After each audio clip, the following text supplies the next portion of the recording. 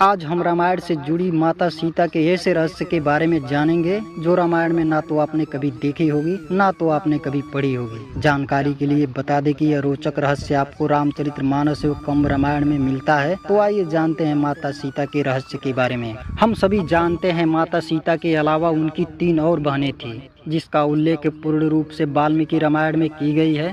लेकिन इसके अलावा देवी सीता का एक भाई भी था, जिसकी पुष्टि आज तक किसी ने नहीं की थी। यह जानने के लिए आपको वीडियो अंत तक जरूर देखना चाहिए। श्री राम और देवी सीता का विवाह भगवान शंकर माता पार्वती के विवाह के बाद सबसे प्रसिद्ध विवाह माना जाता है।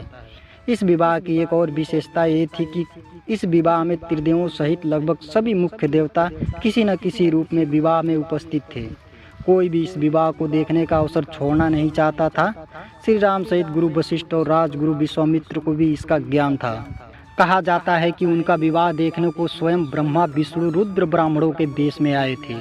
चारों भाइयों में प्रभु श्री राम का विवाह सबसे पहले हुआ। विवाह का मंत्रोच्चार चल रहा था और उसी बीच कन्या के भाई द्वारा की जाने वाली विधि आई। इस विधि में कन्या का भाई कन्या के आगे चलते हुए लावे का छिड़काव करता है। उत्तर भारत में विशेषकर बिहार, उत्तर प्रदेश में आज भी यह रिवाज देखने को मिलता है। विवाह कराने वाले पंडित ने जब प्रथा के लिए कन्या के भाई को बुलाने की बात कही तो ये विचार किया जाने लगा, इस प्रथा को कौन पूरा कर सकता है। समस्या यह थी कि उस समय वहाँ ऐसा कोई नहीं था जो माता सीता के भाई की भूमिका निभा सके। अपनी पुत्री के विवाह में इस प्रकार अड़चन होता देख धरती माता भी दुखी हो गई। चर्चा चल ही रही थी कि अचानक एक श्याम ओरड़ का युवक उठा और उसने इस विधि को पूरा करने के लिए महाराज जनक से आज्ञा मांगी। वास्तव में वो स्वयं मंगल देव थे, जो वेश बदलकर 9 ग्रहों सहित श्री राम का विवाह देखने आए थे। देवी सीता का जन्म पृथ्वी से हुआ था और मंगल भी पृथ्वी के पुत्र थे। इस नाते वे देवी सीता के भाई भी लगते थे।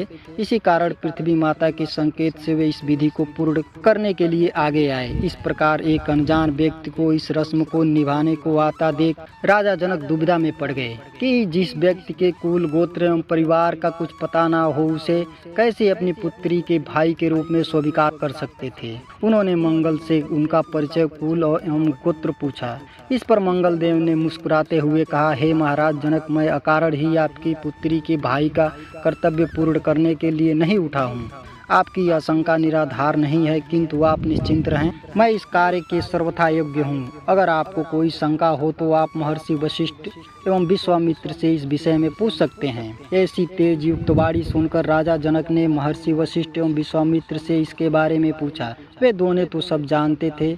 उन्होंने सहर्ष इसकी आज्ञा दे दी। इस प्रकार गुरुजनों से आज्ञा पाने के बाद मंगल देव ने देवी सीता के भाई के रूप में सारी रस्में निभाई। इस लेख के अनुसार रामायण के सभी वेदों में तो नहीं, लेकिन रामचरितमानस और इसके अलावा कुछ लेख में इसका उच्चारण देखने को मिल सकता है। इस कहानी से हमें यही सीख मिलती है कि एक भाई को अपने बहन के प्रति अपने उत्तरदायित्वों को कैसे निर्वाह करना चाहिए। एक पेट से नाथ जन्म के बावजूद भी मंगल देव ने माता सीता के भाई होने की पूरी निष्ठा के साथ अपनी जिम्मेदारियों को निभाया। तो आप और हम क्यों नहीं। तो यह वीडियो आपको कैसी लगी कमेंट बॉक्स में जरूर बताना और चैनल को सब्सक्राइब और वीडियो को एक लाइक जरूर कर देना। दूसरी कहानी भी रामायण से जुड़ी हुई है। लंकापति रावण के वध के बाद जब अयोध्यापति प्रभु श्री राम की कीर्ति दूर दूर तक फैल रही थी, वह मर्यादा पुरुषोत्तम कहलाने लगे थे। तब एक दिन महादेव शिव की इच्छा भी मर्यादा पुरुषोत्तम श्री राम से मिलने की हुई। पार्वती जी को संग लेकर महादेव कैलाश पर्वत से उतर कर अयोध्या नगरी के रास्ते पर चल पड़े। भगवान शिव और माता पार्वती अयोध्या आकर देखकर खुश हुए। माता जानकी ने उनका उचित आदर सत्कार किया और स्वयं भोजन बनाने के लिए रसोई में चली गई। इसी बीच भगवान शिव ने श्री राम जी से पूछा, आपके सेवक हनुमान जी दिखाई नहीं दे रहे हैं। श्री राम बोले, वे बगीचे में हैं। शिव जी ने श्री राम जी से बगीचे में जाने की अनुमति मांगी और पार्वती जी का हाथ थामकर बगीचे में आ गए। बगीचे की खूबसूरती देखकर उनका मन मोहित हो गया।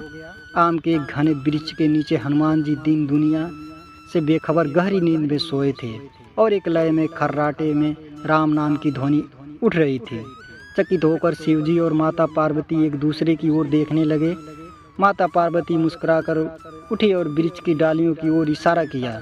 राम नाम सुनकर पेड़ की डालियां भी झूमने लगी थी और इनके बीच से भी राम नाम उच्चारित हो रहा था। शिव जी इस राम नाम की धुन में मस्त मगन होकर खुद भी राम नाम कहकर नाचने लगे। माता पार्वती जी ने भी अपने पति का अनुसरण किया और अपने कोमल पांव थिरकाने लगी। शिव जी और पार्वती जी के नृत्य से ऐसी झनकार उठी कि स्वर्गलोक के देवतागण भी आकर्षित होकर बगीचे में आ गए और राम नाम की धुन में सभी मस्त हो गए। माता जानकी भोजन तैयार करके प्रतीक्षा कर ही रही थी कि परंतु संध्या घिरने तक भी अतिथि नहीं पधारे। तब अपने लक्ष्मण जी से बगीचे में भेजा। लक्ष्मण जी तो स्वयं को श्री राम का सेवक मानते थे, अतः बगीचे में आकर जब उन्होंने धरती पर स्वर्ग का नज़ारा देखा तो खुद भी राम नाम की धुन में झूम उठे। महल में माता जानकी परेशान हो रही थी कि अभी तक भोजन ग्रहण करने कोई भी क्यों नहीं आया। उन्होंने श्री राम जी से कहा, भोजन ठंडा हो रहा है, चलिए हम ही जाकर बगीचे में से सभी को ले आएं। जब सीता राम जी की बगीचे में गए तो वहाँ राम नाम की धूम मची हुई थी। हनुमान जी की गहरी नींद में सोए हुए थे और उनके खर्राटों से अभी तक राम नाम निकल रहा था। श्री सिया राम भाव विह्वल हो उठे। राम जी ने हनुमान जी को नींद से जगाया और प्रेम से उनकी तरफ निहारने लगे। हनुमान जी प्रभु को आया देखकर शीघ्रता से उठ खड़े हुए। नृत्य का समा भंग हो गया। शिव जी खुले कंठ से हनुमान जी की राम भक्ति की सराहना करने लगे। हनुमान जी संकुचाए लेकिन मन ही मन खुश हो रहे थे कि सीताराम ने भोजन करने का आग्रह भगवान शिव जी से किया। सभी लोग महल में भोजन करने के लिए चल पड़े। माता जानकी भोजन परोसने लगी। हनुमान जी को भी श्री राम जी की पंक्ति में बैठने का आदेश दिया। हनुमान जी बैठे तो गए, परंतु आदत ऐसी थी कि राम जी के भोजन करने के उपरांत ही सभी को भोजन करते थे। आज श्री राम के आदेश से पहले भोजन करना पड़ रहा था। माता जानकी हनुमान जी को भोजन परोसती जा रही थी, पर हनुमान का पेट भर ही नहीं रहा था। सीता जी कुछ समय तक तो उन्हें भोजन परोसती रही, फिर समझ गई कि इस तरह से तो हनुमान जी का पेट नहीं भरेगा। उन्होंने तुलसी के एक पत्ते का राम नाम लिखा और भोजन के साथ हनुमान जी को परोस दिया। तुलसी पत्र खाते ही हनुमान जी को संतुष्टि मिली और वह भोजन खाकर उठ खड़े हुए। भगवान शिव ने प्रसन्न होकर हनुमान जी को आशीर्वाद दिया कि आप भी राम भक्ति युगों युगों तक याद की जाएगी और आप संकट मोचन कहलाएंगे। तो यह कहानी आपको कैसी लगी कमेंट बॉक्स में ज़रूर बताना।